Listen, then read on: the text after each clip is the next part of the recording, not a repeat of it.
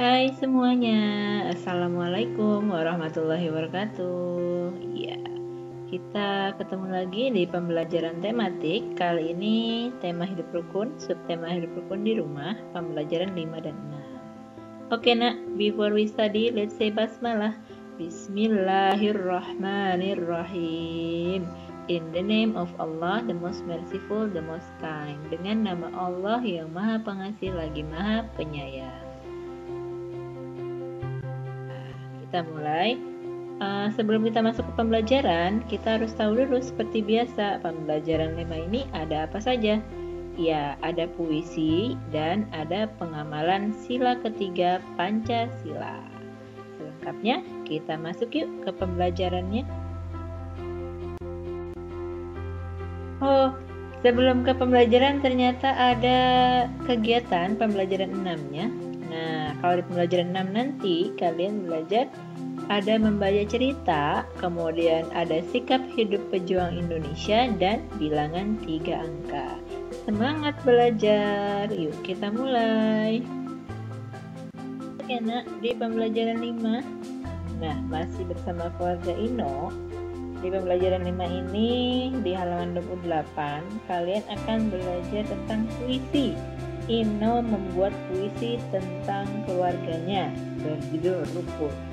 Ada yang bisa membaca puisi? Pernah kan nak membaca puisi? Oke, coba kita baca bersama-sama ya. Judulnya adalah Rukun. Keluargaku hidup rukun. Ayah dan ibu rukun. Anak-anak rukun. Rukun di meja makan, rukun saat belajar, rukun di mana saja. Hidup rukun itu menyenangkan. Ya, setelah tadi kita membaca puisi, sekarang kita melanjutkan aktivitas selanjutnya di buku kalian. Ada Ayo Mencari Tahu. Coba cari tahu cara membaca puisi yang benar berikut ini. Berilah tanda centang atau checklist untuk pernyataan yang benar.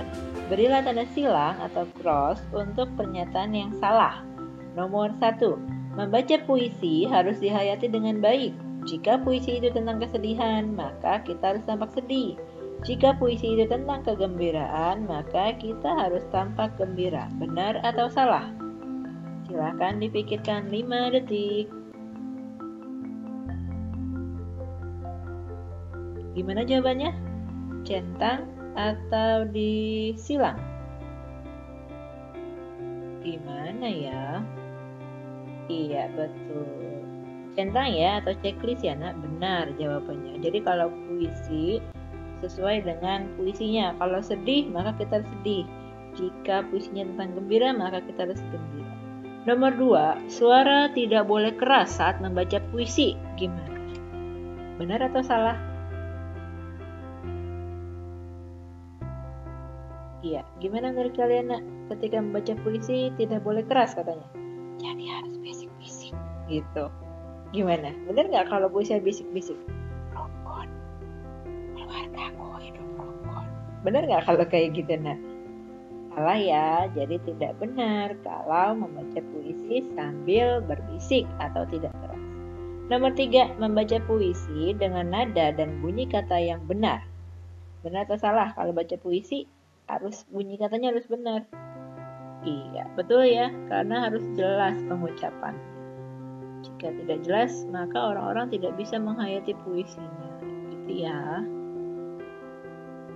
Lanjut lagi. Nah, nomor 4. Saat membaca puisi harus dengan sikap berani dan percaya diri. Benar atau salah? Iya, benar ya. Membaca puisi harus percaya diri dan berani. Nomor 5, membaca puisi dapat dilakukan dengan sikap tubuh malas. Boleh nggak malas-malasan baca puisinya? Enggak ya, tidak boleh. Harus dengan penuh semangat. Gitu. Kita lanjut lagi. Ya, di kegiatan selanjutnya ada Ayo Diskusi yang ada di halaman 30. Silahkan kalian buka halaman 30. Nah, ada kalimat tanya. Bagaimanakah sikap yang menunjukkan hidup rukun saat beribadah? Gimana, Nak? Hidup rukun saat beribadah contohnya adalah ya sholat berjamaah ya kalau yang muslim. Nah, jadi ketika sholat pun kita diajarkan untuk hidup rukun, yaitu sholatnya bersama-sama.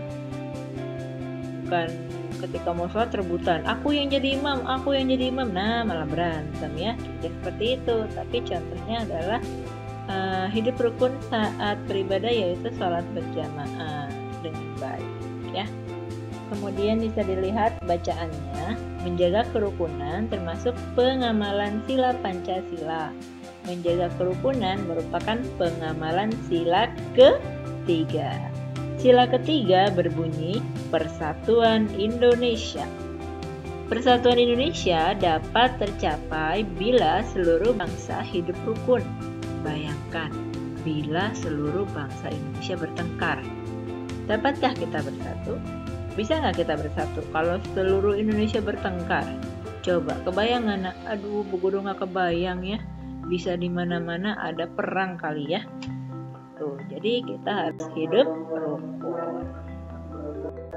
Kita lanjut lagi sayang. Dilihat bawahnya ada ayo berlatih.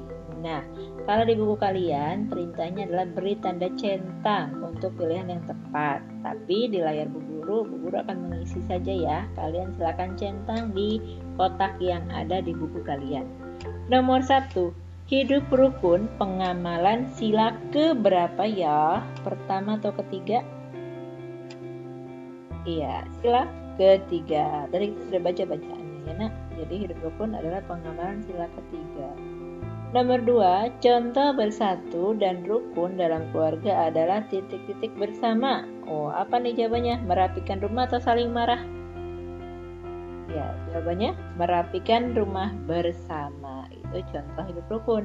Kalau saling marah, bukan contoh hidup rukun. Nomor 3, aku titik-titik membantu adik belajar. Apa jawabannya? Tidak mau atau mau?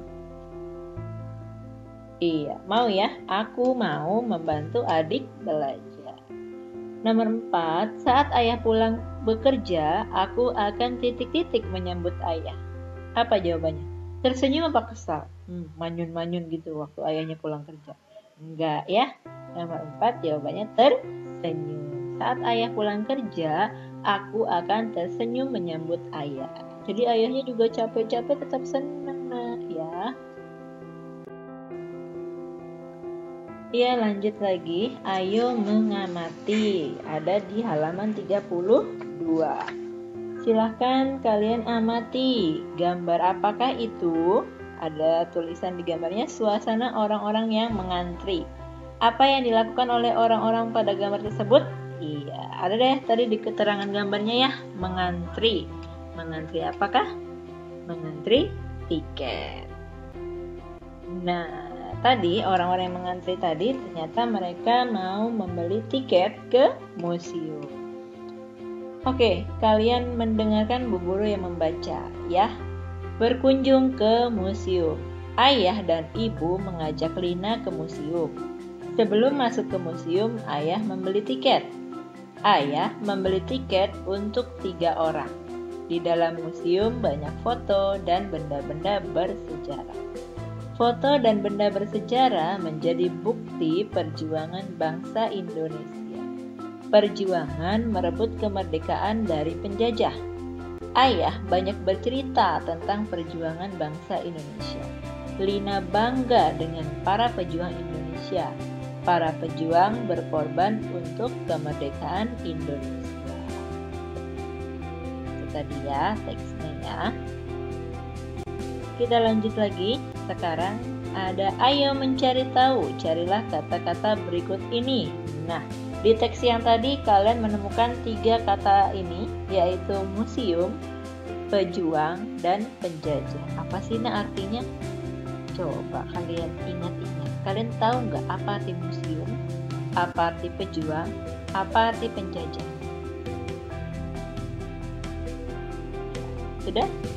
Sudah tahu artinya? Kita cek jawabannya. Ya, pertama museum. Apa sih museum? Museum itu menurut KBBI atau Kamus Besar Bahasa Indonesia artinya gedung yang digunakan untuk menyimpan peninggalan sejarah, seni, dan barang kuno. Nah, yang kedua, pejuang. Apa arti pejuang? Ya, pejuang artinya orang yang berjuang. Kemudian nomor 3 ada penjajah. Apa arti penjajah? Bangsa yang menguasai bangsa lain. Ya, contohnya apa nak? Kalau sekarang itu contohnya mungkin Israel ya. Israel menjajah Palestina ya, karena Israel menguasai bangsa Palestina. Gitu. Oke, kita lanjut. Ya, ada ayo menulis. Buatlah kalimat dari kata-kata di atas. Nah, kalian buat kalimat nih yang ada kata museumnya. Gimana caranya buat kalimat yang ada museumnya? Coba kalian pikirkan dulu.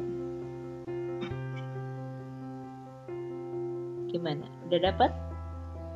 Iya, nih Bu Guru punya contoh kalimat yang dari kata museum. Aku dan ayah pergi ke museum pada hari Minggu. Gitu. Kalian boleh mengganti kalimat terserah kalian ya. Yang penting ada kata museumnya, gitu ya. Dan pastikan menggunakan huruf besar dan titik yang tepat. Kemudian nomor 2 ada kata pejuang. Silakan buat kalimat dari kata pejuang.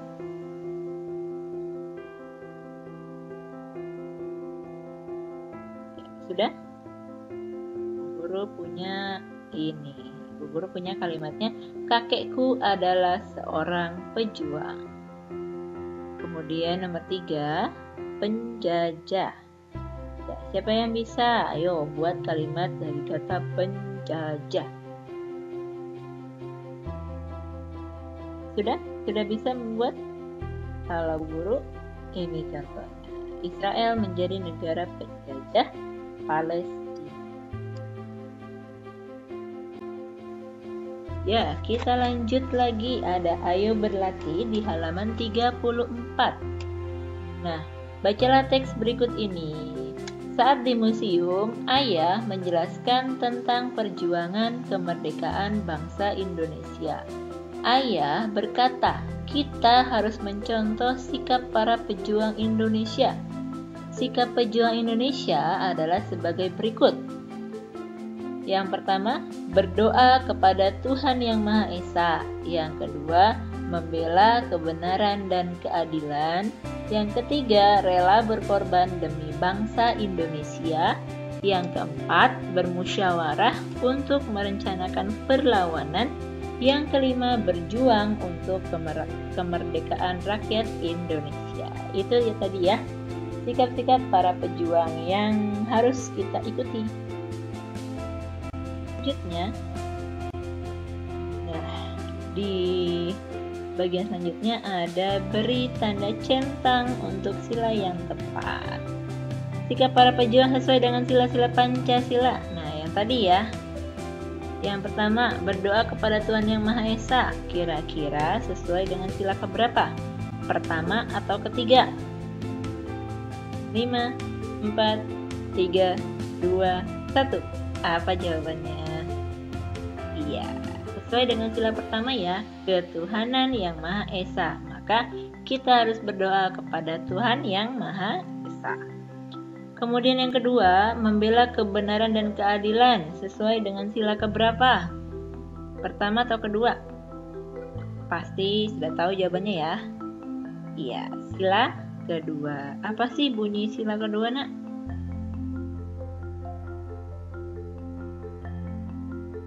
Apa bunyi sila yang kedua? Kalau sila pertama, ketuhanan Yang Maha Esa. 2, kemanusiaan yang adil dan beradab. Jadi kita harus membela kebenaran dan keadilan. Nomor 3, rela berkorban demi bangsa Indonesia. Kira-kira kalau rela berkorban itu sila ketiga atau kedua? Jawabannya sila ketiga. Karena demi persatuan ya. Yang ketiga kan persatuan Indonesia. Jadi kita harus rela berkorban demi bangsa Indonesia. Nomor 4, bermusyawarah untuk merencanakan perlawanan. Sila keberapa? Yo. Iya, betul. Yang jawab sila keempat, betul ya. Bermusyawarah untuk merencanakan perlawanan adalah sesuai dengan sila keempat. Apa bunyi sila keempat? Kalau yang ketiga kan tadi Persatuan Indonesia. Yang keempat, kerakyatan yang dipimpin oleh hikmat kebijaksanaan dalam permusyawaratan perwakilan. Nomor 5, berjuang untuk kemerdekaan rakyat Indonesia sesuai dengan sila keberapa?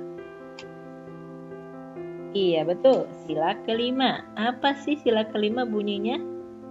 Keadilan sosial bagi seluruh rakyat Indonesia. Kita lanjut lagi ya. Iya, kita lanjut lagi. Di sini ada ayo berlatih. Nah, kita masuk ke math ya, Nak. Di sini ada contoh soal. Selesaikanlah soal-soal berikut seperti contoh. Nah, ini contohnya nih. Ya, ada sebuah tiket untuk masuk museum. Ayah membeli 3 tiket masuk museum. Tiket itu untuk ayah, ibu, dan Lina. Lina memperhatikan tiket miliknya. Pada tiket terdapat angka-angka, salah satunya adalah nomor seri tiket. Tiket Lina bernomor seri 273. Nilai tempat bilangan 273 adalah, kalian bisa lihat nih, 273. Nilai tempatnya 2-nya adalah ratusan, 7-nya adalah puluhan, 3-nya adalah satuan. Nah, lanjut lagi ya. Di sini ada soal nomor 1. Tentukan nilai tempat dan nama bilangannya. Ada lambang bilangan 197. Bagaimana nilai tempatnya? Ya, 1 ratusan, 9 puluhan, dan 7 satuan. Maka nama bilangannya menjadi 197. Kemudian kita lanjut di nomor 2. Ada 203. Bagaimana nilai tempatnya? Iya, 2 ratusan, 0 puluhan, dan 3 satuan. Nah, nama bilangannya menjadi menjadi 203. Kemudian ada lambang bilangan 157. Nilai tempatnya adalah 1 ratusan, 7 satuan. Lalu nama bilangannya bagaimana? 157. Kita lanjut. Ada lambang bilangan 2, 3, 4. Bagaimana nilai tempatnya? 2 ratusan, 3 puluhan,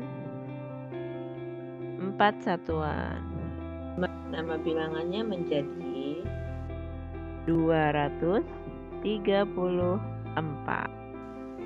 Ada lambang bilangan 309. Bagaimana nilai tempatnya? 3 ratusan, 0 puluhan, 9 satuan. Nama bilangannya menjadi 309. Mudah kan, Nak? Kita lanjut ya, Nak. Di soal nomor 2, ini ada soal cerita. Nomor 2, kerjakan soal cerita berikut. Tiket yang dibeli ayah berurutan nomor serinya.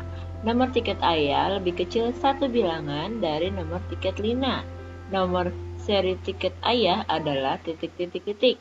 Berapa, Nak, kira-kira? Kita lihat seri milik Lina. Seri milik Lina kan 273. Nah, nomor tiket ayah lebih kecil 1 bilangan, berarti 273 1. Berapa jadinya? 272. Nomor tiket ibu lebih besar 1 bilangan dari nomor tiket Lina. Nomor seri tiket ibu adalah titik-titik. Berapa? 273 ditambah 1. Jadi berapa ya? Iya, betul. Jadi 274. Gitu ya, sayang ya. Deh, waktu kita sudah habis, pembelajaran kita sudah habis. Terima kasih sudah menonton, terima kasih sudah fokus, terima kasih sudah belajar dengan baik, tetap semangat, keep healthy, stay safe. Ke guru ucapkan terima kasih. Sampai jumpa di pembelajaran selanjutnya. Wassalamualaikum warahmatullahi wabarakatuh.